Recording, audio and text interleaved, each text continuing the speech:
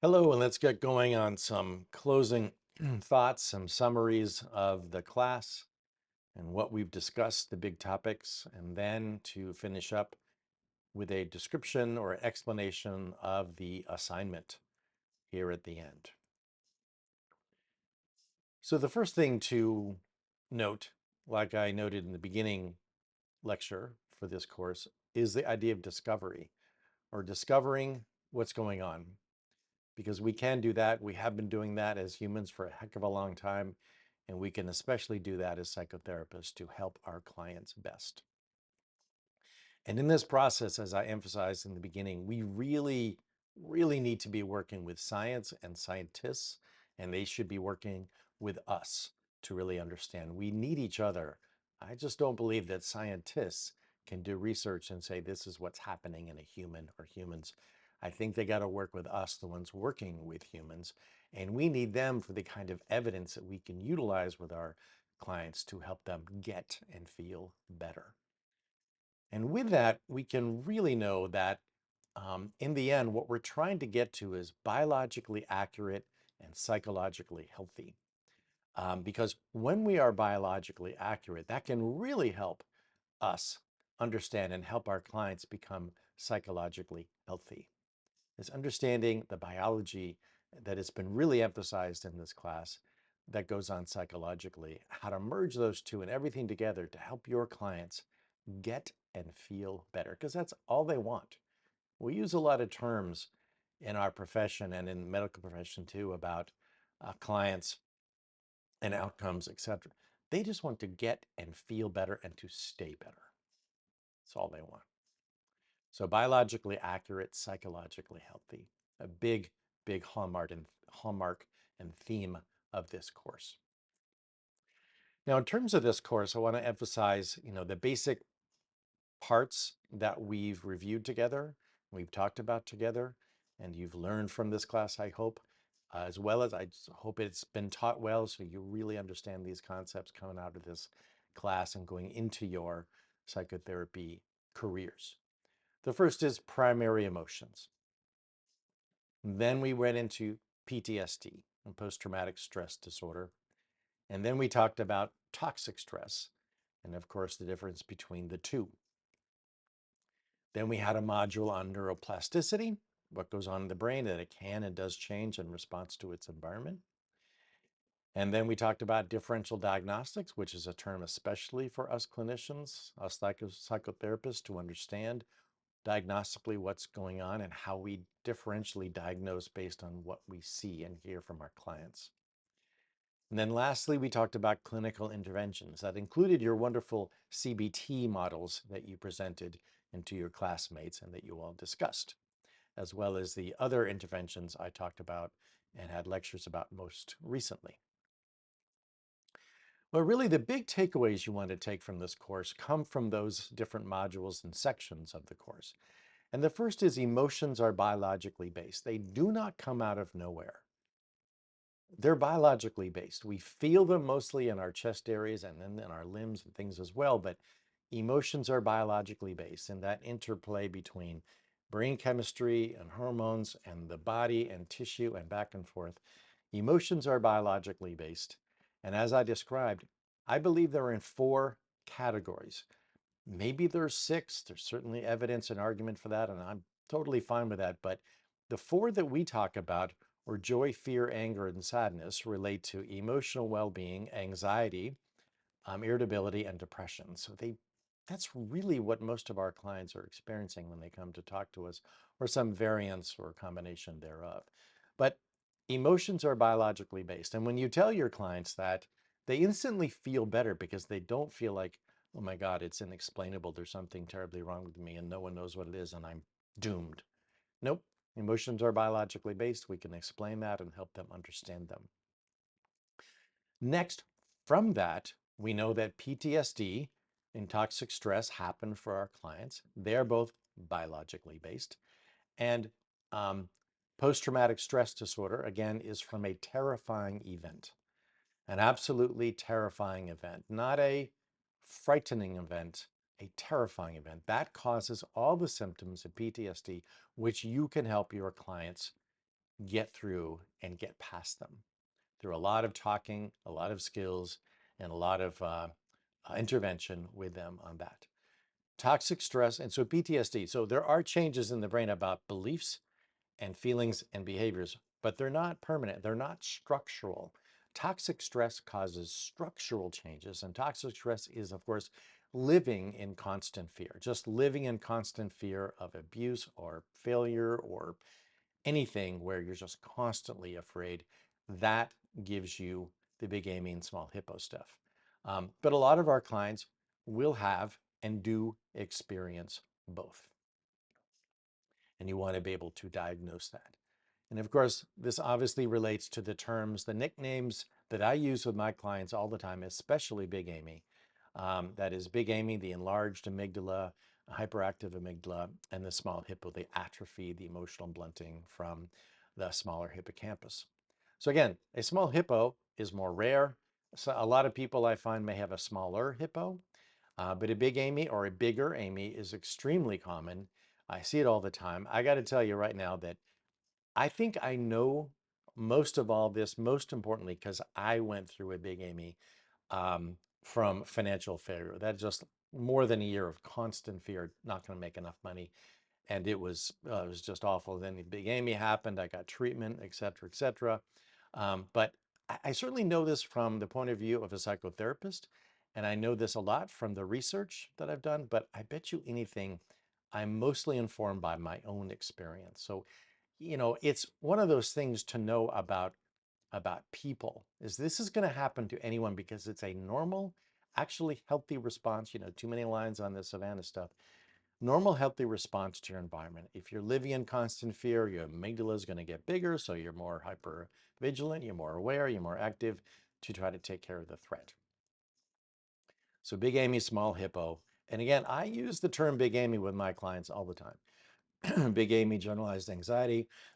Excuse me, big Amy, anytime.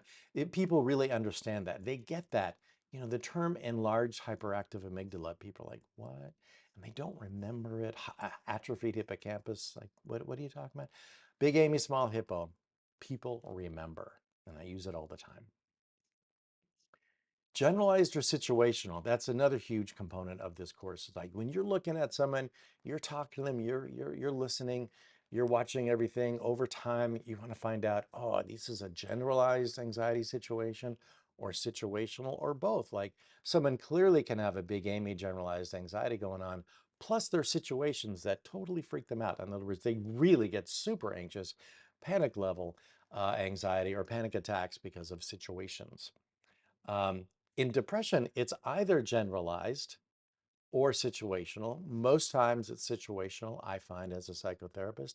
Sometimes I see deep, small hippo, deep generalized, or just somewhat. But anyway, your ability to differentiate between the two, your differential diagnostics in that is going to be key to you helping people the most. Because we have a lot of explanations in our diagnoses in the DSM.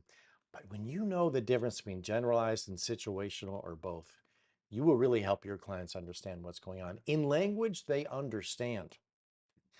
In language, they're going to understand and keep and work with. Next, in our class, we talk about 3 interventions, obviously, and they are brain, psychological, and relational health. So brain health, again, is like if you see someone with a uh, bigger Amy, or at least anxiety or depression going on, MBSR, mindfulness-based stress reduction, exercise, anything that's going to naturally help change the structures of their brain of a big Amy or bigger Amy or a smaller hippo, and that does not, it's just not big enough to require medications, great. However, if you see someone who can barely get out of their house, they got a huge Amy, uh, you should strongly refer they see a doctor. Because I've tried to help people in this situation and I can't, because they can't even begin to hear me. They can't even begin to do anything with the CBT or the relational ideas. This can't even begin. And a small hippo, like a person, is just so flat in the same way they can't begin to do anything with your work.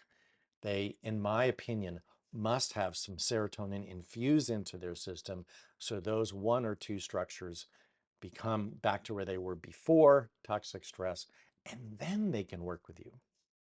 Then you can help them. Then they can make strides towards best mental health. Psychological health, as we've talked about with your CBTs that you presented, all sorts of like CBT is what's going to improve their psychological health and well-being. And then relational health, I had one lecture. It should be like at least half a semester on how to help people improve and maintain and have great mutually caring relationships, because when they do, it's always going to actually help their brain. It's going to help their psychology, going to help their body, going to help themselves to have great relationships going on for them. So these are the big, big takeaways from this course. And I hope that that has worked for you, that you see all this and you can work with all this. Now, the final thing in this lecture today is, in fact, working with this on the final assignment. And this is what it looks like. Of course, you saw this in the first module and you see it now in this module. This is actually the explanation link in this module. And then you'll see a pages document with none of the words of the explanation, but just the, the sections. And you'll see a pages and a word. They're two separate ones you can choose from. And so that when you finish it, you convert it to a PDF and you email it to me. Again, use pages or Word, maybe a Google Doc, whatever you want, but just convert it to a PDF and then email that to me before the due date.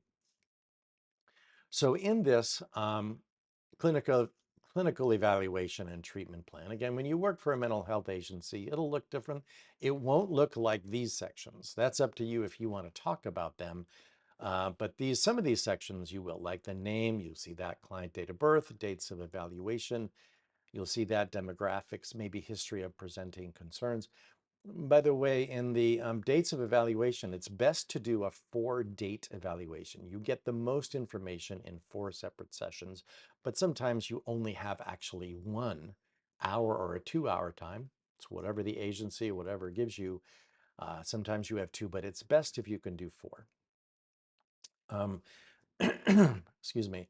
Next is demographics, age, race, gender, anything you want to include there for demographics will be helpful. History of presenting concerns. This is a 1-paragraph description of their presenting concern, what they come to see you about, and the history of that development. So it's like a summary paragraph to get the reader, whether it's you in the future or some other clinician, anyone else involved, just a brief, like, here's what's going on, this is what we're seeing, and a history of that development. Very, very brief. Your next section here is a PTSD evaluation, an evaluation and description, if there are any, of traumatic or terrifying experiences that your client has had. Again, could be 1, could be several, could be 3 in childhood, 1 in adulthood. I mean, it's all about terrifying experiences. I really want you to know that PTSD is a terrifying experience. People use the term PTSD to mean both terrifying and toxic. You can make that distinction, because with that, you're a better diagnostician and a better psychotherapist to understand that distinction. Next, of course, is the toxic stress evaluation.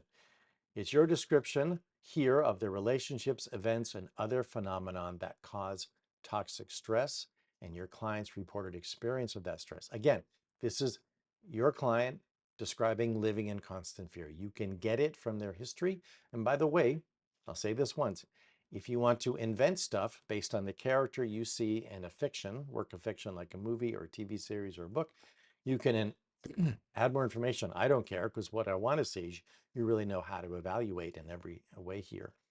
But you want to describe their experience of toxic stress or living in constant fear. The next section is emotional health. Again, drawing upon the idea that emotions are biologically based.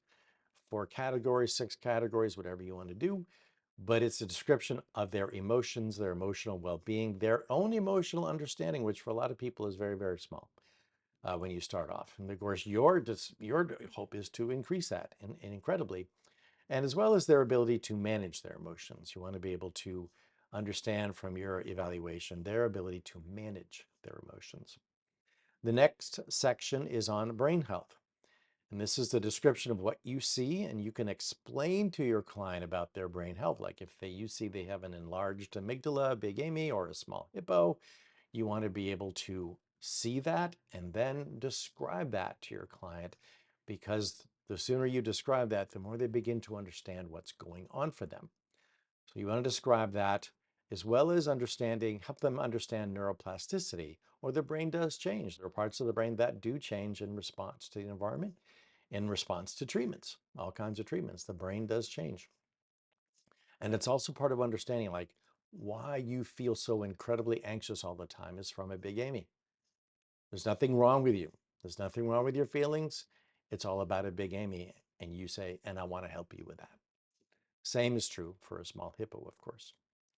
Psychological health is the next section, describing their self-understanding, self-esteem, any negative distortions, and other challenges in their cognitive behavioral presentation. Again, psychological health is this combination of CB related to CBT, or their cognitive and behavioral, which I describe as beliefs and behaviors. You want to describe that in this section here. Differential diagnostics. This is when you get into the diagnostic section, obviously talking about your diagnostic description and differentially diagnosing anxiety and or depression, whether something is generalized or situational. You want to describe that here the best you humanly can from your evaluation. And again, when you do an evaluation, like I always do with my clients, I find out later, like, it's different. I've learned more stuff. It's different. After the 12th session or the third year, you can find out more information about what's going on for them. But this is where you're going to do that differential diagnostics. And what you explain to your client and what you believe and feel is going on for them. And what we talk about in our profession is a differential diagnostic. So it's just a term we use. Use it with your clients if you want, but they're going to just want to be knowing like what's going on and how do we change that. And this is the next section, the recommended interventions. This is probably the longest description. And so your total page length should be 3 pages single spaced, like 12 point. If it's 2 pages, there's not enough. If there's 2.5, probably okay, but certainly 3 full single spaced pages is enough. It's not too much, it's not too little. And that's what I want to see from you, because I want to see you really get all this stuff and you describe all these things in your final document. 3 pages, single spaced, and that'll work. The recommended interventions, this is the longest part. This is recommending and justifying treatments related to emotional, brain, psychological, and relational health. This is what you're going to be doing here, is to recommending these treatments and telling me why. Like you just imagine me to be like a clinical supervisor, and you want to tell me why, your entire evaluation, and tell me why you're going to do what you're going to do. Then we talk about it and I help you devise a treatment plan if I was your supervisor, and to go and to help this person and to meet over time and see how things are going. So this section is the longest, the most vital, because you're recommending and justifying treatments. Then the summary is a simple 1-paragraph summary of it all, of the person's challenges, their well-being, and then the course of treatment that you are suggesting. Excuse me. And again, that is 3 pages long, single space, 12 point, and that'll work for you. So as always, let me know between now and the 18th, whenever you want to finish it, the 18th of August, any questions you have, just email me and I'll get back to you. If I think you bring something up that everybody should hear, I'll post it as an announcement in Brightspace, so you all can get the benefit of that question or questions. And with that, it's been, as always, a huge honor and a huge privilege to be your professor for this course, any other course you take, really, but for this course, because I really hope you're going to get a lot out of it to be an incredibly great psychotherapist that you want to be going into the future and for your clients. Until then, until I get back to you with my review of your final assignment, take good care.